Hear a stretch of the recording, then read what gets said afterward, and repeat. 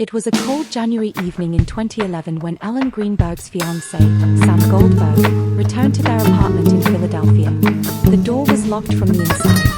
The lights were on. And behind that door lay one of the most confounding and controversial death investigations in modern American forensic history. Ellen, a 27-year-old first-grade teacher beloved by her students and adored by her parents, was found slumped against the kitchen cabinet, her body bearing 20 stab wounds, 10 to the back of her neck and head, and another 10 to her chest and stomach.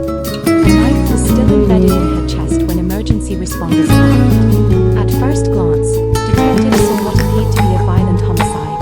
But within months, the official ruling shifted.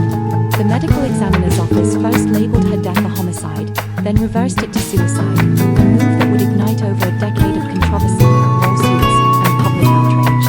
To many, Ellen's story became a haunting example of how a case can slip between the cracks of forensic interpretation and institutional caution. To others, it exposed how power, politics, and perception can influence the outcome of an investigation. The Greenberg family has never accepted the suicide ruling. To them, their daughter's death is a glaring injustice, one masked behind official language and bureaucratic indifference. But what truly happened in that apartment on January 26, 2011? And how could a young woman sustain 20 stab wounds, many in locations nearly impossible to self-inflict, and still have her death ruled a suicide?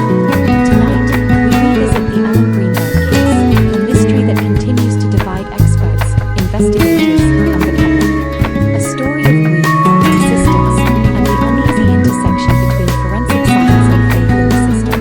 January 26, 2011. Philadelphia was under a snow emergency. Schools had dismissed early. Ellen Greenberg had returned home to the Venice Lofts apartment she shared with her fiancé, Sam Goldberg. According to phone records, Ellen sent several texts that afternoon, to friends, to her parents, and briefly to Sam, before she suddenly stopped responding. Around 5:30 p.m., Sam said he went to the building's gym. When he returned, the apartment's swing bar lock was latched from the inside. He texted Ellen several times, then banged on the door, even contacted building security. No one answered. After forcing the door open, he found her body in the kitchen, lifeless, sitting upright against the cabinets, the knife protruding from her chest. Panic followed.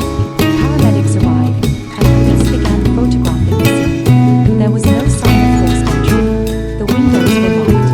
Ellen's phone, laptop, and other belongings were undisturbed. Yet almost everything about the scene raised questions. How could she stab herself 20 times, 10 in the back and neck, before finishing with a fatal wound to the chest? Why were there bruises on her arms, legs, and neck, in varying stages of healing? And why was there no suicide note? The lead medical examiner, Dr. Marlon Osborne, initially listed the cause as homicide. But within weeks, after internal discussions with police and prosecutors, the classification was changed to suicide. No further testing was ordered. To her parents, Joshua and Sandra Greenberg, this decision was incomprehensible. The shift from homicide to suicide stunned not only Ellen's family but also members of the investigative team. The official explanation was that Ellen's wounds were consistent with self-inflicted injuries during a psychological breakdown. Yet, forensic experts outside the department saw it differently. Dr. Cyril Wecht, one of America's most renowned pathologists, reviewed the case. He concluded bluntly, "There's no way this was suicide." Multiple deep stab wounds to the back of the head, he argued, were biomechanically improbable for a conscious person to inflict upon themselves.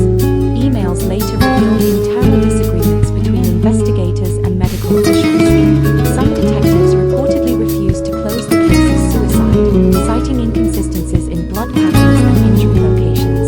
But the state's medical examiner's office, facing institutional pressure and lacking evidence of an intruder, stood firm.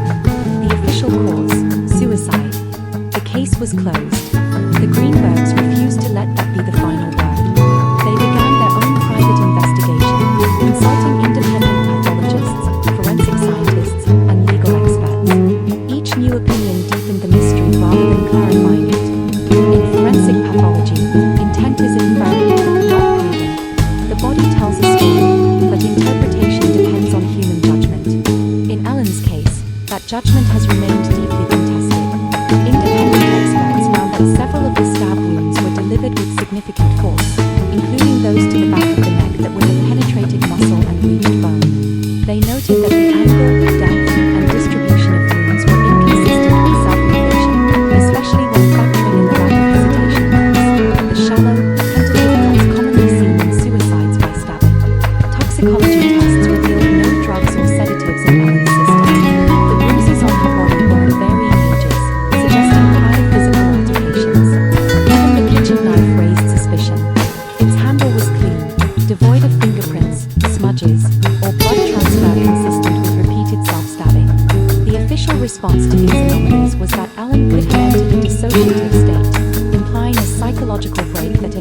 extreme self-harm.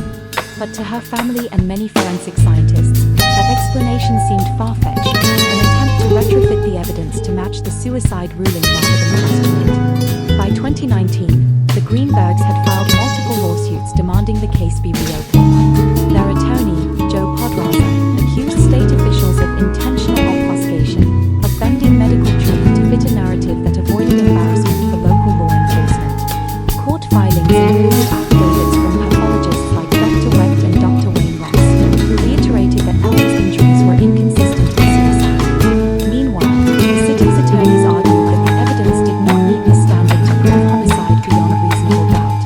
In 2023, a Pennsylvania appeals court reaffirmed the ruling, suicide. The decision crushed the Greenbergs' hopes, but it also sparked renewed national attention. News outlets like People, Fox News, and Dateline NBC revisited the story, reigniting public outrage. The Greenbergs, now more than a decade into their fight, continue to push for transparency, not vengeance, but truth.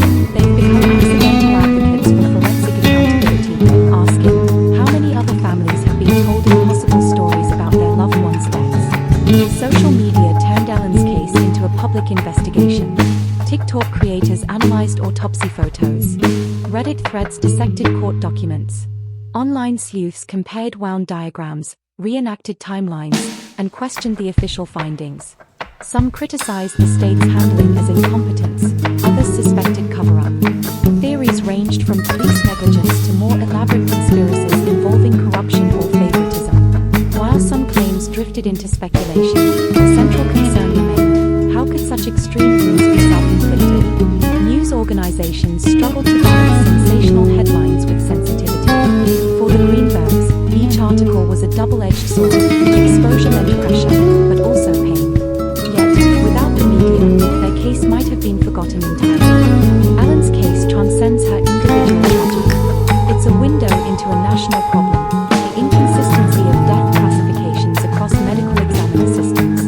Experts estimate that thousands of deaths in the U.S. each year are mislabeled due to institutional bias, incomplete investigations, or pressure to simplify complex cases. For families, a single word, suicide instead of homicide, can redefine their entire reality. The Greenbergs' persistence has inspired other families to question official findings. It's also renewed debate over whether medical examiners should operate independently of police departments to avoid conflicts of interest. In Ellen's name, petitions, podcasts, and investigative documentaries continue to circulate, ensuring her story endures as both caution and catalyst. 13 years later, Ellen Greenberg's case remains officially closed. Her death certificate still lists the manner as suicide. But for her parents, the fight is far from over. We don't want revenge, Joshua once said. We just want the truth. That's all. Their persistence stands as a testament to parental love and the enduring human need for answers, for meaning in the face of senseless loss. It's also a reminder that institutions, no matter how well-intentioned, can make mistakes, and that justice often requires not just evidence, but endurance. The case of Ellen Greenberg lingers in the public imagination because it embodies both tragedy and ambiguity. A woman found dead under impossible circumstances, a system unwilling to reconsider, and a family unwilling to stop asking questions. In the end, perhaps Ellen's legacy lies not